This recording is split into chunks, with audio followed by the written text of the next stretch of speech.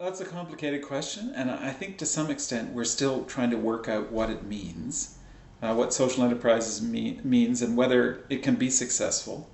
And like a lot of complicated and contested ideas, social enterprise is the term and the idea, and what we mean by it is trying to be captured by different interests. I mean, I think governments to some extent see it as a way of perhaps addressing some issues of reducing costs by contracting out, and things like social impact bonds and so on are something of a way that government sees that they can perhaps achieve social goals, but achieve them by contracting things out to the private sector. Governments also see social enterprise potentially as a way of reducing wage costs and, again, shuffling off responsibilities to the community instead of fulfilling them themselves. So individuals within the social enterprise community, again, I think they see these things in different ways. I know we've talked about this a lot in SERA, and I think we have come to the point, I think, where we want to talk about community enterprise. And while we still maintain a commitment to the idea of the triple bottom line, we think it's important to focus on the community aspect of enterprise.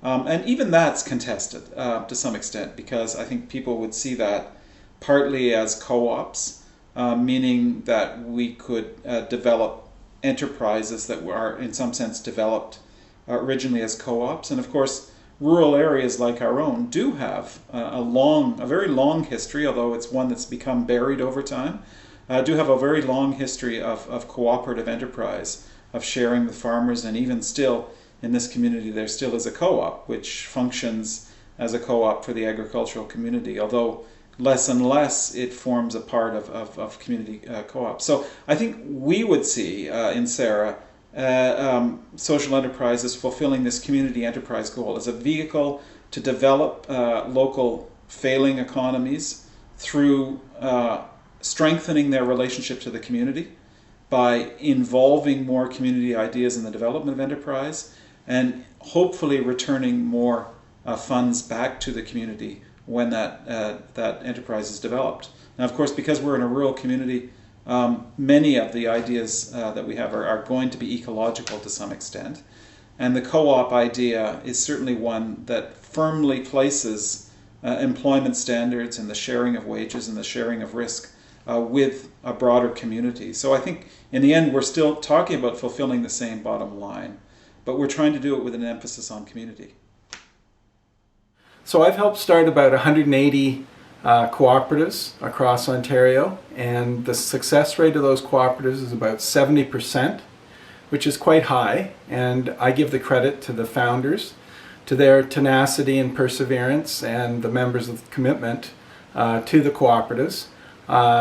It's very important, obviously, for any kind of cooperative to be a sustainable business, which means it's got to be economically viable. So whether it's a not-for-profit or a non-share cooperative, or whether it's a for-profit share cooperative, the business has to be there. You have to generate enough cash flow and sales revenue to cover your costs and hopefully have a surplus at the end of the year.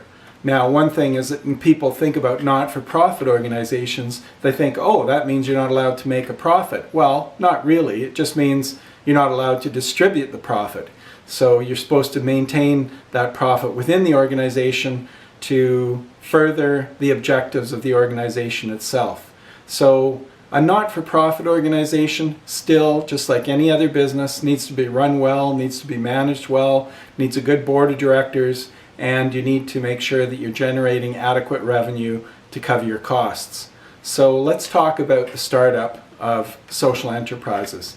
There's been a lot of interest over the last 5 or 6 years really growing about social enterprises.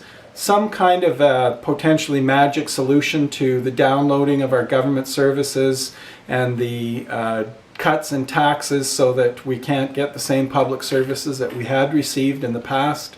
And I think some people might think social enterprises, or hope that social enterprises are somehow going to fill that gap. I don't think that's true. I think that social enterprises are basically businesses that may also have some kind of a social mission or an environmental mission or a triple bottom line, if you want to call it that. I think cooperatives are actually the original social enterprises because they've always had an economic and a social mission that's focused on the community and the membership that the cooperative is serving. Whether it's childcare or housing or a food cooperative or a farmers marketing cooperative or a worker co-op that creates jobs that are meaningful and pay decent wages for the workers in a particular business, while also making sure that there's a democratic operation of the business itself. That democratic operation of the business, I think, is a key to sustainability, and it's also what really differentiates co-ops from any other kind of business, including social enterprises. Cooperatives are democratic organizations. That's enshrined in the Cooperative Corporations Act. It's also enshrined in the International Cooperative Principles and Values, which all 1 billion plus members of cooperatives around the world follow. And those 7 principles are important in terms of providing direction for all those cooperatives and their boards of directors around how they make decisions and what they make decisions about, ensuring that the decisions they make are in the best interests of the members of the cooperative. Years ago, like 25 years ago, the key words were community economic development, community animation or facilitation. The trends right now, it's social enterprise, social entrepreneurship, innovation. And so many people, because more trendy, more fashionable it becomes, more people are saying they are social entrepreneurs, or they create social enterprise, or they do social innovation.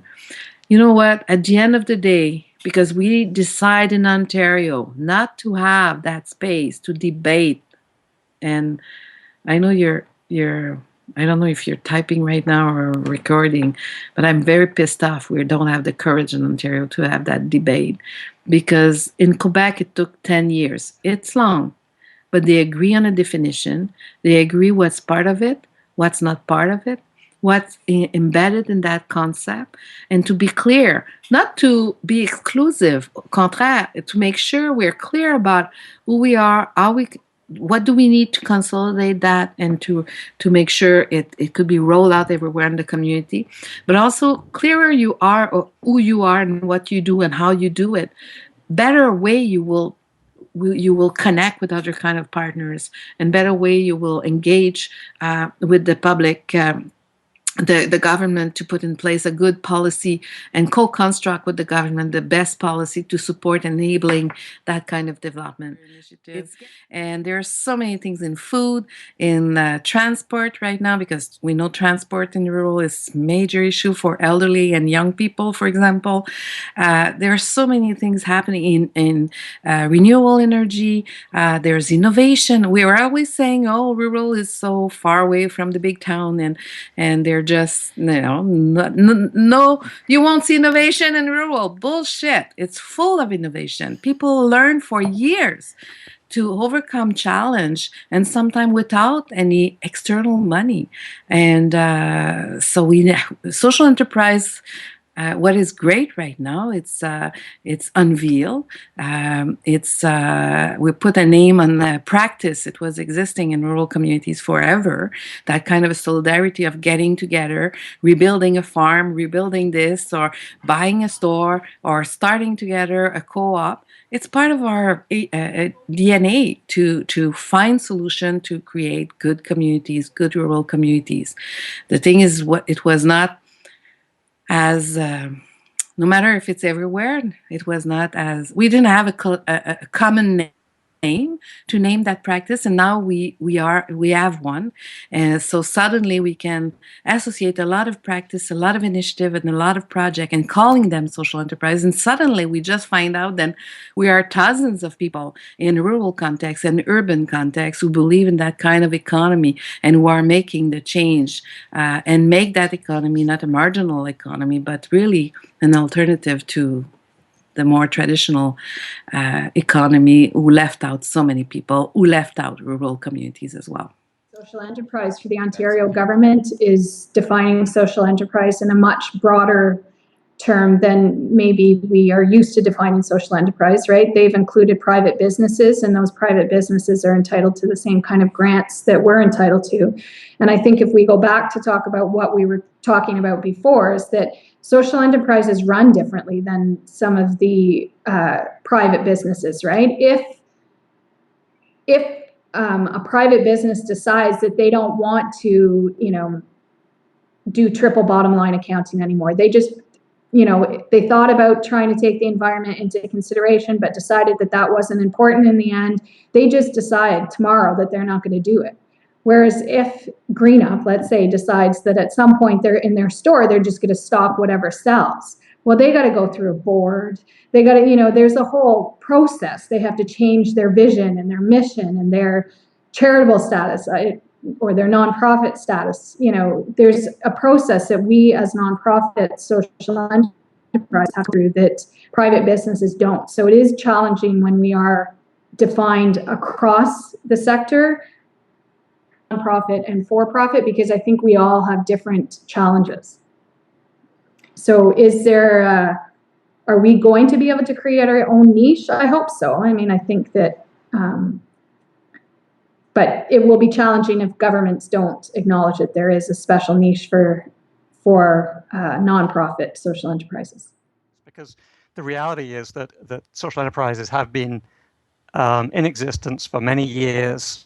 If at least the definition that we were using, which was basically we're talking nonprofit social enterprise in this case, so it's a nonprofit organization, it's operating in the market, selling goods and services, and it's has a bottom line for social or environmental impact. So in addition to the financial bottom line, so in case with a definition like that, we were able to find social enterprises like I think over 200-year-old farmers markets obviously are social enterprises under that definition. The market that brings the vendors together is a social enterprise. The oldest farmers market we were able to come up with, still in existence, was in Kingston. That's over 200 years old. The community theaters that are run by nonprofit organizations are social enterprises. The thrift shops are social enterprises. So I think, first of all, it is, in fact, just really getting the message across that, even though the term social enterprise is a new one, what social enterprises are is just in many ways, it's a kind of a new name that's mobilizing around a concept and a fact that's been happening for many years in communities and has been very important in many rural communities. Years to reach out to a two-sentence, just enough to agree about it's something selling products and services, and the money generated is reinvested in the mission. We don't name the legal structure. We don't need it's democratically owned. We don't put the people first in that, like Quebec did. There are 4 key principles. We don't want to use that. But at the same time, we go and say it's a nonprofit organization. If we say it's a nonprofit organization, who cares about that? It should be a group. It should be democratic as any nonprofit. And in Quebec, because they didn't say it's a nonprofit, co-ops feel integrated, feel included in that social economy and social enterprise concept, because it's any collective business, private or with shares or without shares, who build that collective enterprise and where the money is reinvested in the mission or in the community. But we don't, we paint ourselves in the corner in some way, and we'll see.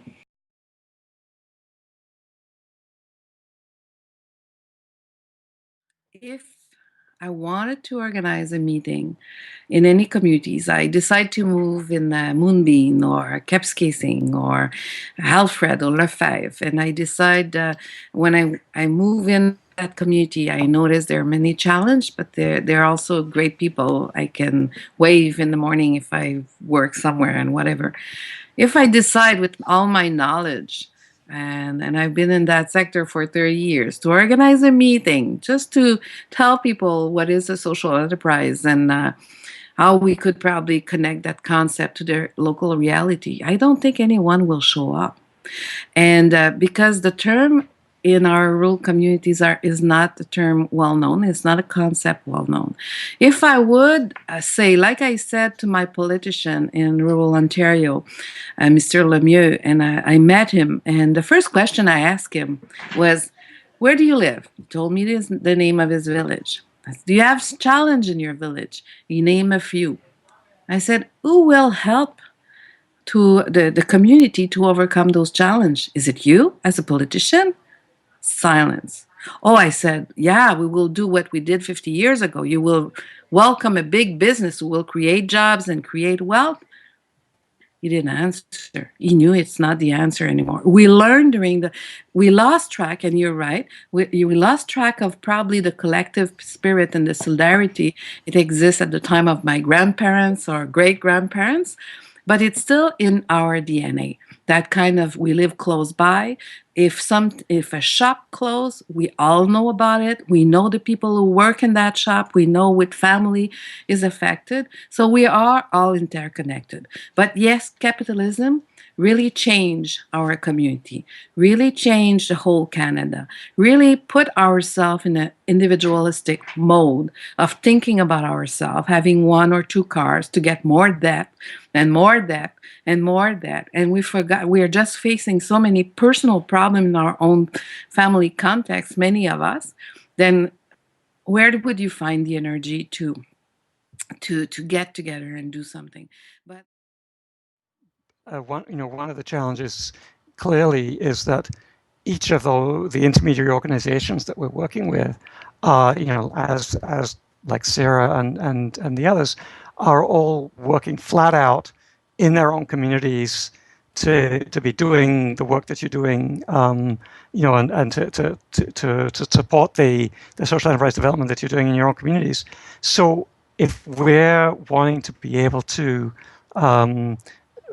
have you spend time doing that peer learning and peer sharing and taking advantage of that capacity building opportunity, we have to be able to find a way of being able to financially support you in doing that, to be able to say, okay, if we're expecting you to take time to do that capacity building, that peer sharing, we need to be able to recognize that it takes time and effort and energy, and we need to be able to find ways of funding that and supporting that. And that is a huge challenge, particularly because more and more when it comes to funding, funders are wanting to fund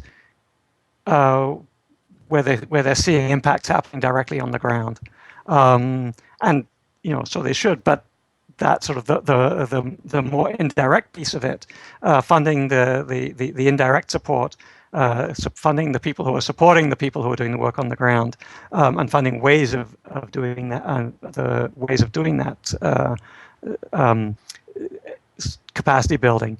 That becomes a challenge. So definitely, I think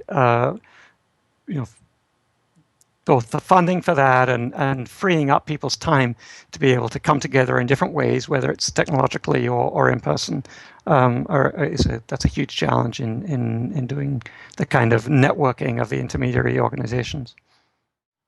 The fact that when in communities where people have few dollars to spend, then the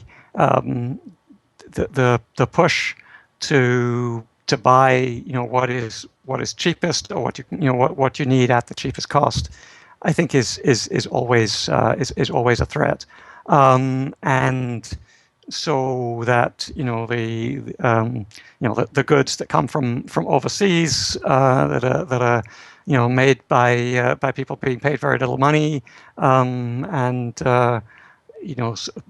again, even those services as well, IT services now being provided from overseas. So I think they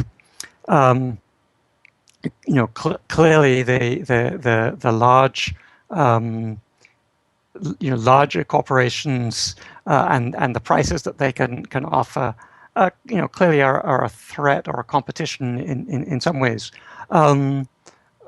But yeah, so I mean, I think there are some we're learning some ways around that. But in a world where many people are having to stretch every dollar, I think that definitely can be a threat to social enterprise and a threat to people saying, okay, I want to buy social or I want to buy local. So I think that's definitely one. What I'm saying is that the barriers are significant, and it's not something that you want to take lightly. So it's something that, we're looking at, as opportunity comes, we're taking aim at these opportunities, considering them carefully and making sure that we have the funding, because the real risk would be that we set up a social enterprise and we'd have to pull from the funds that I need to provide community meals or teach people how to cook or to garden or to do our social justice programs.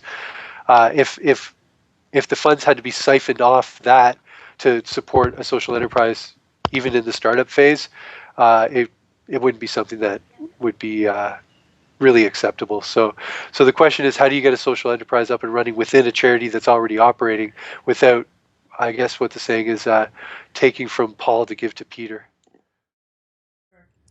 So I'm always a little suspicious of green labels, especially when they come from larger companies who also produce a whole range of things that are not green in nature.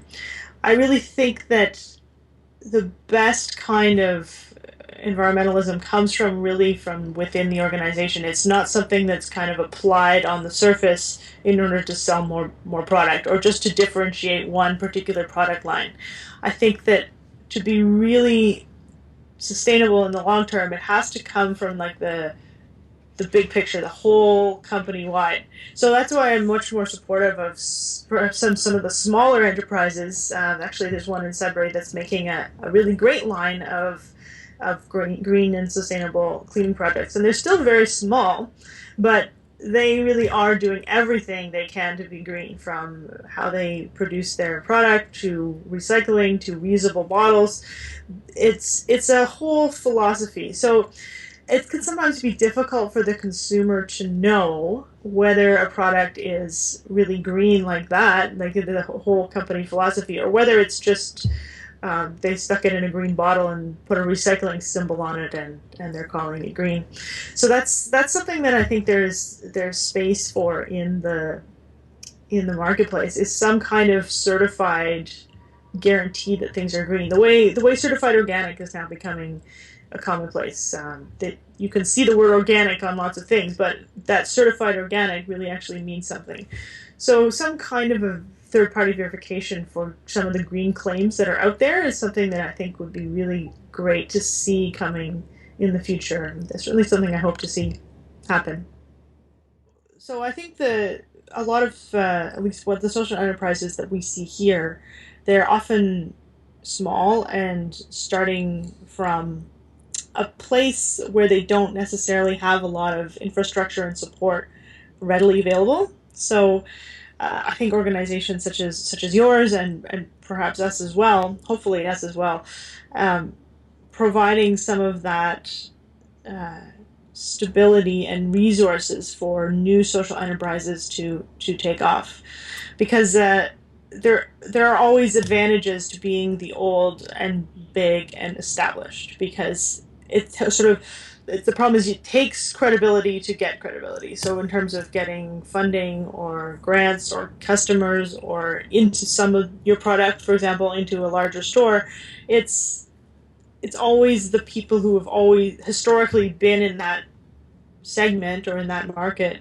that have the advantage, because they have the recognition from the general public and from whoever's making decisions.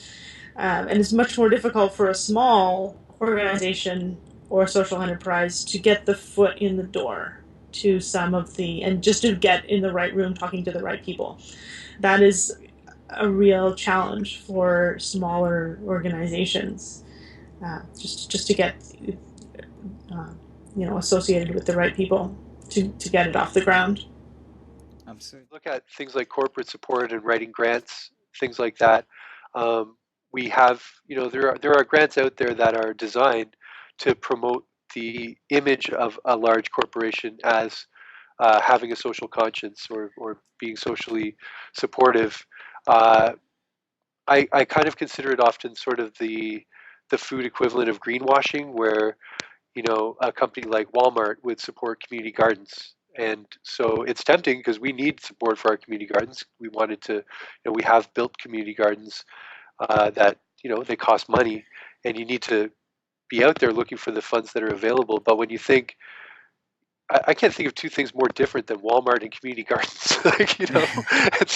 and so when they're out there trying to use us as a sort of as a symbol of what Walmart's trying to achieve in our community, I really think that it's just basically exploiting us by giving us money that we do need, so that they can hold us up and say, look at the great work that Walmart does.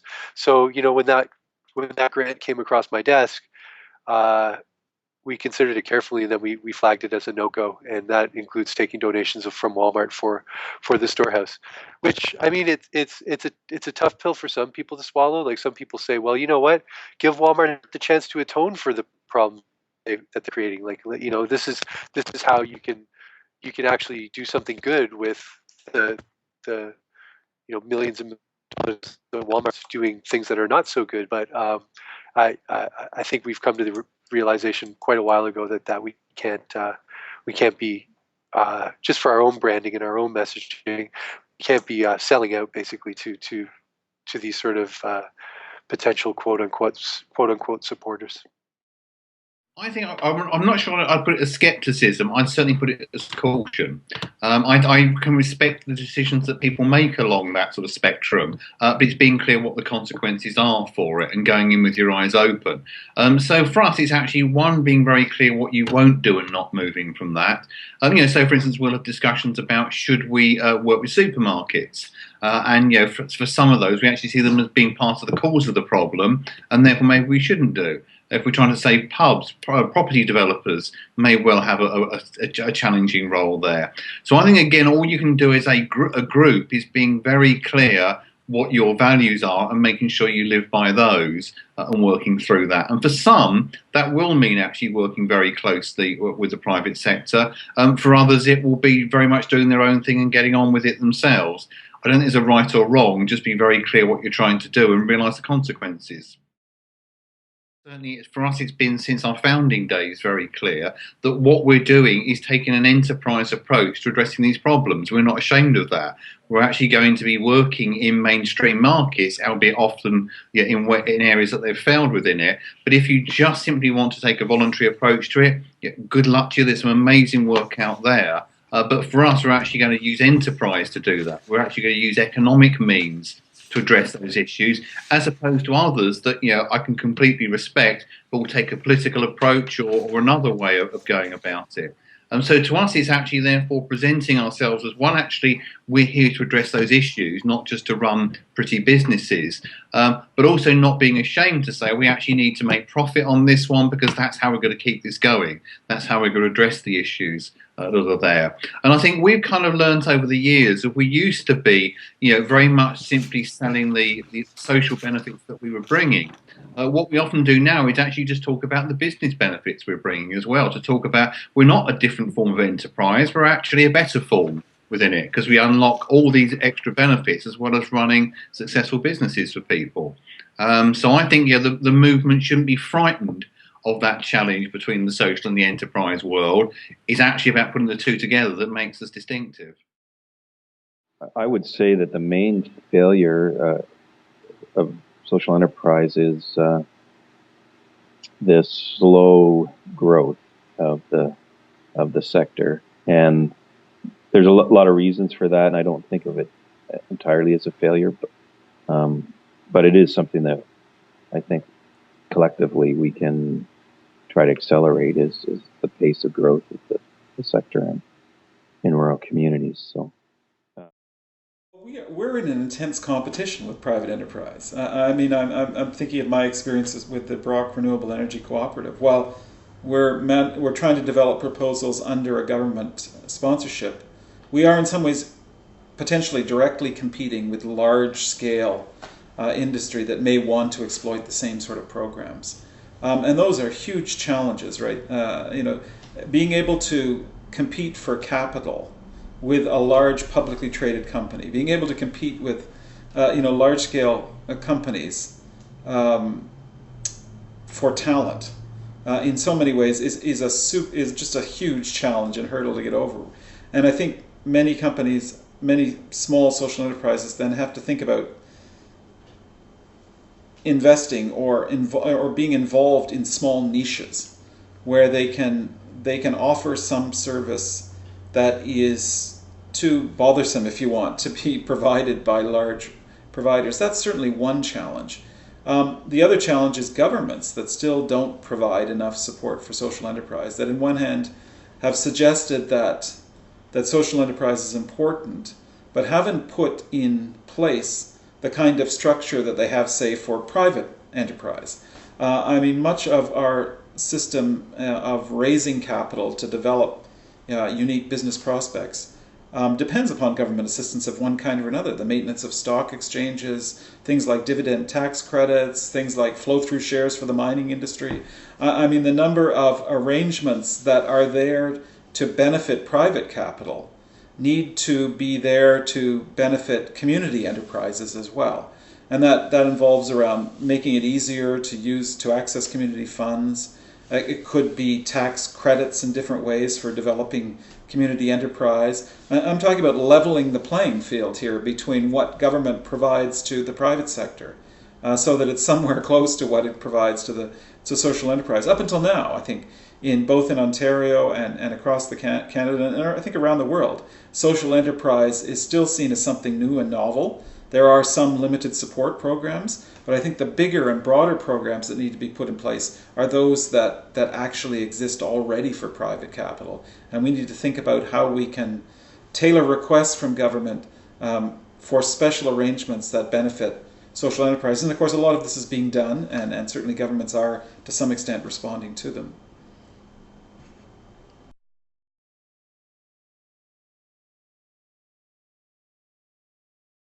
So, do social enterprise or social economy, because social enterprise is part of a kind of economy we call social economy, is changing the system?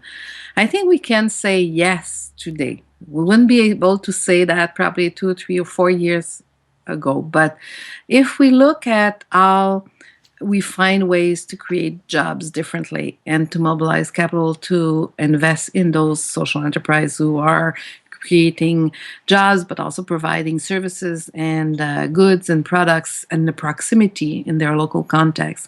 And if we look at all the private sector change, we do have so many private business right now who wants to be certified to show that they're not only giving a sponsorship or a small contribution and donation in the community, they're really engaged in their community and they're socially responsible business to support initiative. We did, I think, social enterprise doing business differently. We did have impact not only from the private business who now wants to prove they're doing goods in the community and they're investing in different ways, but we did change also the public economy, the municipal, the provincial, and the federal level decide. We look at the impact of social enterprise, and when they invest in social enterprise, they notice, and it's been documented by study. They've been looking at all the grants application and all investment proposal we sent out, and they collect all the data, and they have so many ways they document that. They prove every single money, $1, $2, $10, thousands of dollars invested in social enterprise, we scale up that money. We leverage that money to do a lot more than if it was only a grant and doing a project-based approach. We are developing social enterprise on a long-term basis. We are looking for sustainability, and all the money we mobilize, it's for long-term and having impact in our community. So yes, social enterprise, social economy is changing the world. Yes, now more than ever, public economy, all the governments, private economy acknowledge the economy is plural. We do have 3 kind of economy: the social economy, the private economy, and the public economy. Every single kind of economy have their role to play in the equation. I would like to say one day then we lost or forget forever the capitalism approach. But it won't, I think that's a dream, it will never come true, or not for before I died in 400 years. It's part of our it's part of our life for so long, and it's there. It's there to stay for a while, but it is transforming.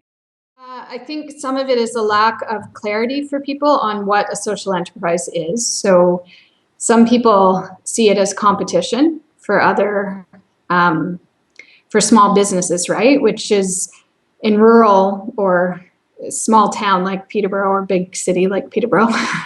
It's a lot of the time social enterprises are seen as competition for the mom and pop shops that exist.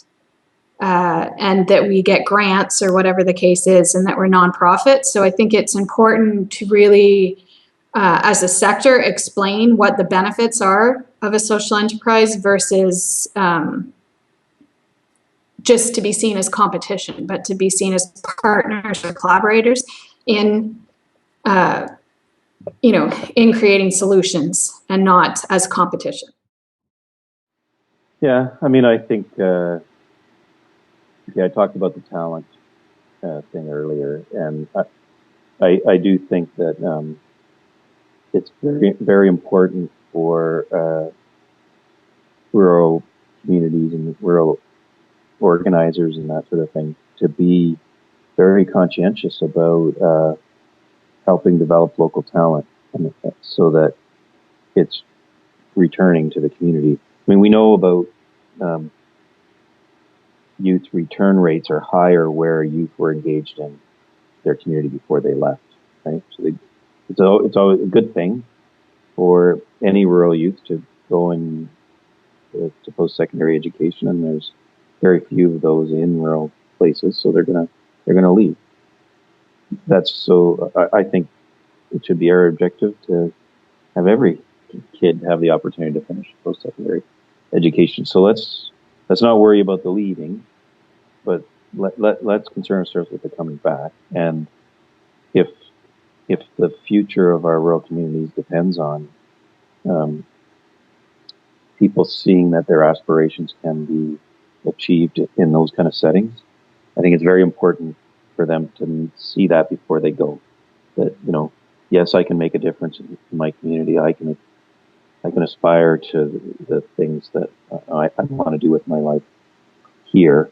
So I would be encouraging anyone involved in civil society or public sector organizations or local economic development to be really paying attention to those youth development activities in sort of high school type ages, but could start earlier and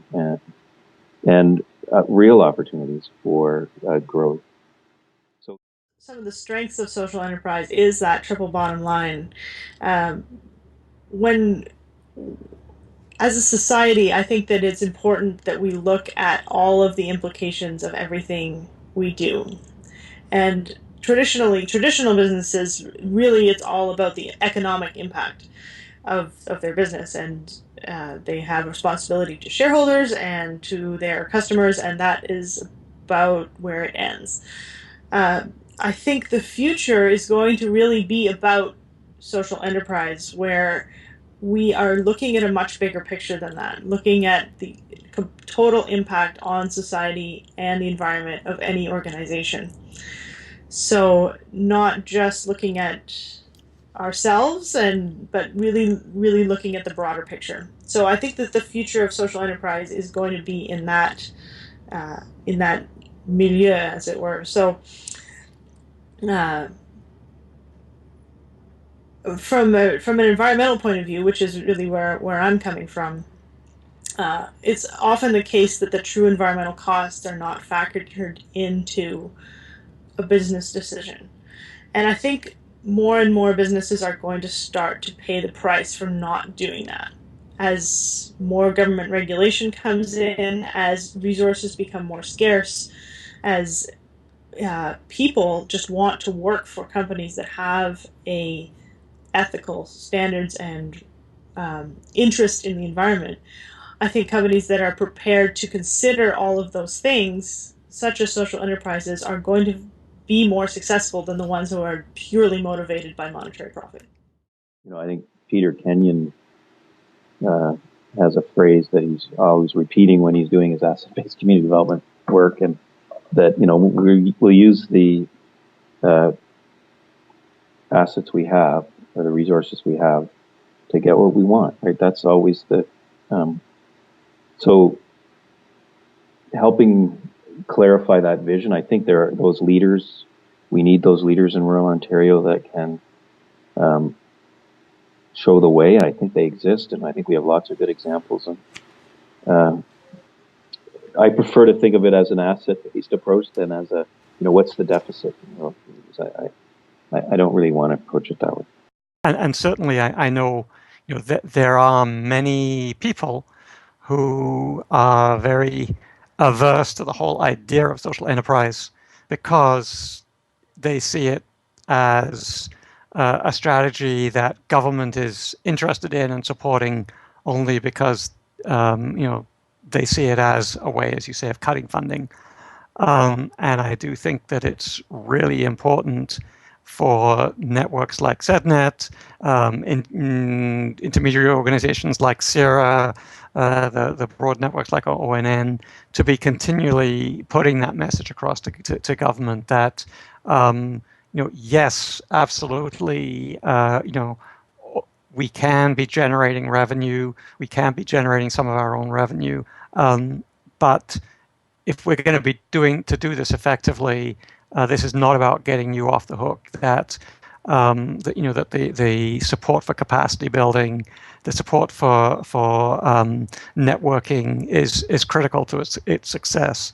And I know in Ontario and Canada generally, we've been looking towards the model in Scotland, where there's a really thriving social enterprise community there.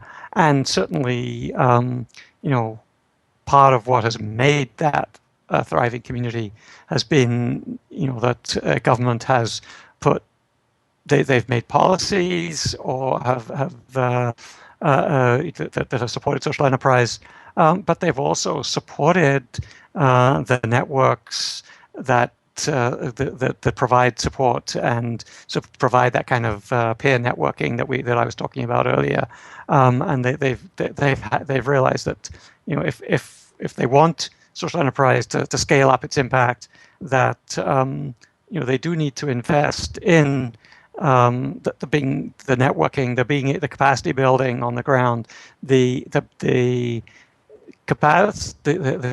resources that are needed for social enterprises to actually be able to document what those social impacts and environmental impacts are.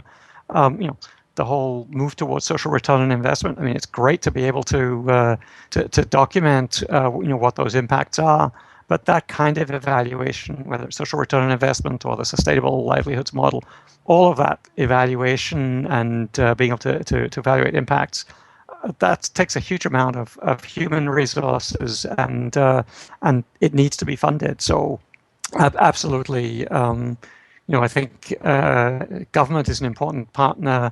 Government policies can play an important role, but as part of the process. But it's social enterprise is not a substitute for government funding, and that's an important message that we all need to get across. I think that the social enterprise movement should expect the social enterprises within it to get to the scale of, the multinational companies.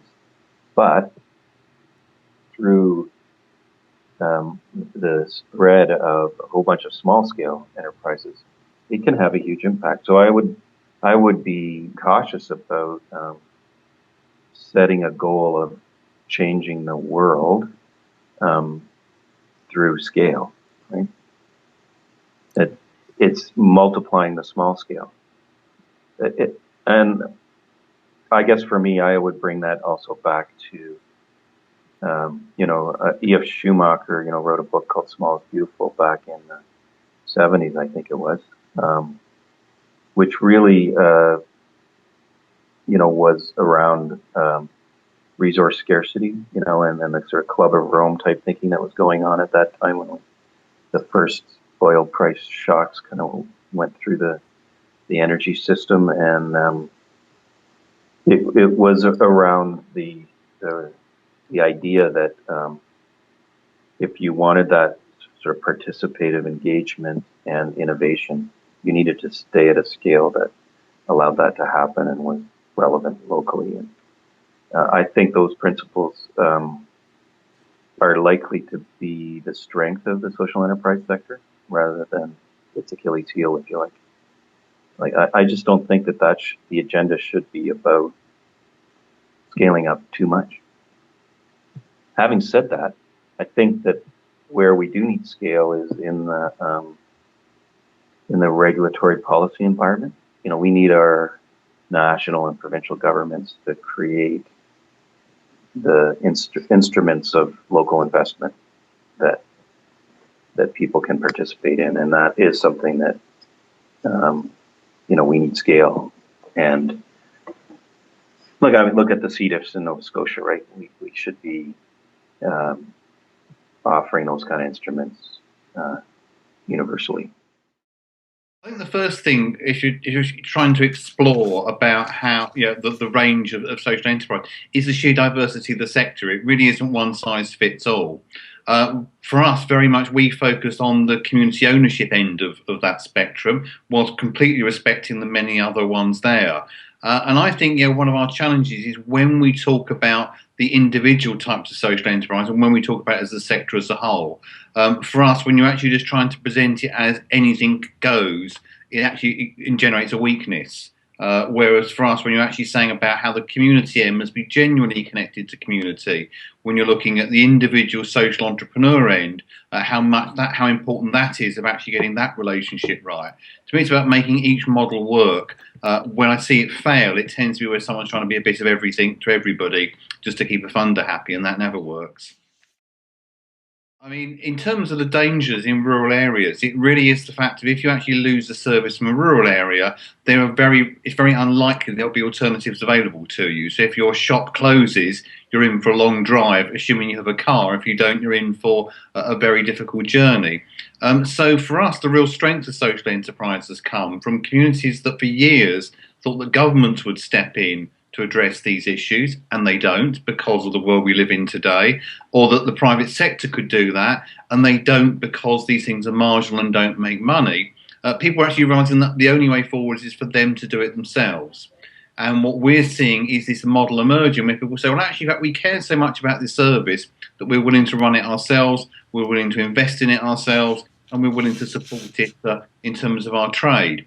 So that's what we've seen, an emergence of a whole new generation of people who actually see that doing it themselves and owning the solution is the only real way to be addressing the problems that they face. The main one that in the UK that really drove that one was the rise of the village shop. Or more to the point, the consistent loss of village shops across the UK, and this being the only model that actually created stability with a very, very high level of sustainability for them.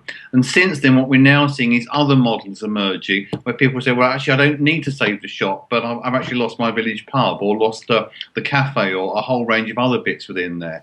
So basically what unites all of these is actually social enterprises working when actually people have an issue that they care enough to do something about, and there's a genuine cooperative model available to them that they can actually take control and run it. No cooperative model we deal with attracts more attention than the cooperative pub in terms of people around the world. So every country loves the idea of it. And they then follow that by saying, but it wouldn't work here. And people think there's something unique about the English pub of why it's worked there, or the Welsh pub come to that. I'm not convinced. I think you can make the model work elsewhere.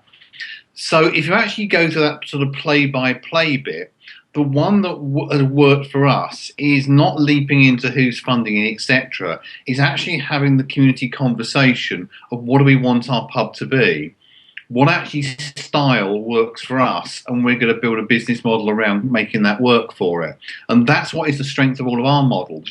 We are losing hundreds of pubs every day in the UK, and yet our cooperative pubs are thriving. No one has ever closed in there. So it's about that conversation of what does this community the role of its pub to be? Not just as a place to buy drink, and that's obviously pretty important, but actually what's it like as a social facility? How does it knit in with the rest of the community? Once you've done that, then I think probably some of the models that we've seen emerge in the UK, you can actually look at what works best there. How's it funded? Lots of different possibilities there. In particular, does the community actually run it themselves? Do they actually hire someone in to do it for them? Or do they actually have somewhere in between of it? There's lots of different ways of doing it, but you haven't got that clarity of why should this pub succeed when hundreds are failing. You're never going to get there. So I'm not aware of any Canadian examples within that one. I would certainly love to hear of them. I'm always happy to pop over and have a drink as well. But it is that one of actually just getting some ideas going. And if you could find one or two groups to do that. The microbrewery bit is also an interesting one. There aren't that many microbreweries that are cooperatively owned over here. One or two amazing ones, certainly. The one that we are seeing some interest in is kind of next generation on. Often microbreweries start with one or two people really wanting to get it going. What happens when they actually want to leave the enterprise? Selling it onto the community is a real possibility for it. So I think there's real opportunity. Canadians, I have heard, like a drink or two occasionally. And I think this is a model that would really work from that point of view.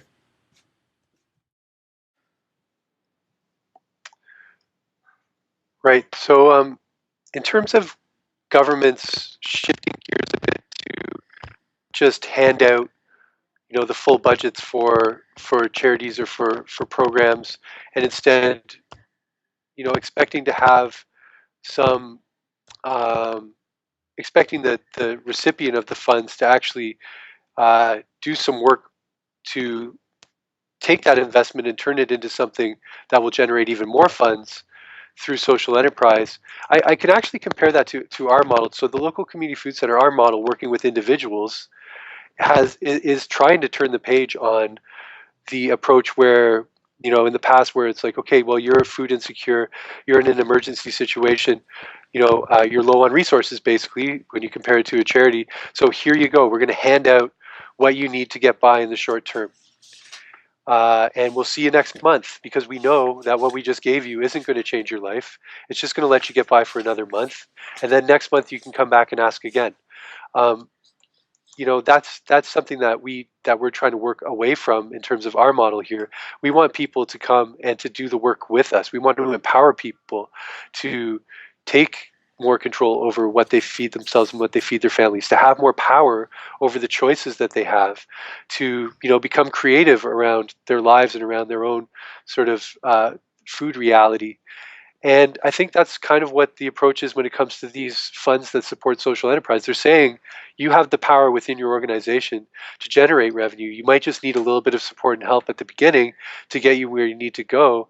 And then you can be empowered to raise your own funds to support the work that you're doing. So it's this initial investment in that's not just sort of throwing it another drop in the bucket, but is actually providing charities or other organizations running social enterprises with what they need to get started, so that in the long term they can have a robust and a strong foundation around a social enterprise that could then proceed to generate revenues that would exceed what, say, the government or another granting system could ever provide you. So that's it in philosophy. I don't know if it works out that way. I've yet to see that wildly successful social enterprise where the charity has to say, we don't need funds anymore, everyone. We don't need to fundraise anymore. We don't need to run events. We don't need to go after grants anymore, because we're raising all the funds we need internally. I'd love to be able to say that we're there someday. Maybe in 20, 25 years we'll be there. And so, yeah, I mean, I can see where the logic's coming from, because, as I say, it's compatible with our logic working with people. But as with people, it does take time for changes to really kick in. And so I think it's a bit of a wait and see, at least for our organization, and I think for a lot of others. I do know that some social enterprises people have put a lot of their eggs in that basket, and it hasn't quite worked out. So with us, we're going to continue to do a mixed model for fundraising and revenue generation that will include social enterprise. And if we could someday say, we're self-sustaining based on the revenues we're generating ourselves through the resources that we have internally, then that would really be something to interview me about. I would frame it as being able to change the system from within. So what I see happening is, and this is quite relevant to the sustainability collab program that we're about to start, is that increasingly businesses are actually looking to become more green and um, more energy efficient and whatnot. And it really isn't. I mean, we'd love to think that it was for the whales and the penguins and whatnot, but it's really because it actually saves them money. It does result in bottom line cost savings because the cheapest energy is the energy that you don't use. So these companies are actually kind of hungry for some of these changes sometimes, and that's where the knowledge and the resources of the social enterprise, of the green businesses, can come in and say, hey, look, these are things we've been doing for years, and we can share these with you, and then everybody can work together to create something that will eventually become more green. And it's interesting in the context of, in Ontario, they're seriously talking about some carbon pricing. So in the event of more government regulation, and the government is going to be coming in to actually regulate some of these things, and companies that have thought ahead and have planned for this and are already on the ahead of the curve are going to have a huge advantage over those who've always just sort of pushed it to the side and not spent any time or money thinking about how they can be more green. Because no one created in Ontario or elsewhere in Canada, including Quebec, something rural, something about the rural social enterprise in a rural context. There were projects like the Constellation and other initiatives. There are many, many initiatives through rural contexts in Ontario, Alberta, Manitoba, Saskatchewan, everywhere. But we don't succeed to connect with each other. And there's no one right now leading that. You create a little group of people and you create a space where you promote your views. And you propose, not you, but you, us, we propose a definition. It will be as powerful than any other definition out there. Any definition, because it's not grounded. The government of Ontario is testing the ground right now. He proposed one. It's during his social enterprise demonstration fund. It's all pilot stuff. If there's no one reacting to that definition or proposing something to bonify the definition, that will be stick there, and that will be the definition probably in the new act. And after that, changing a law, well, I don't know if you have time to lose, but I don't.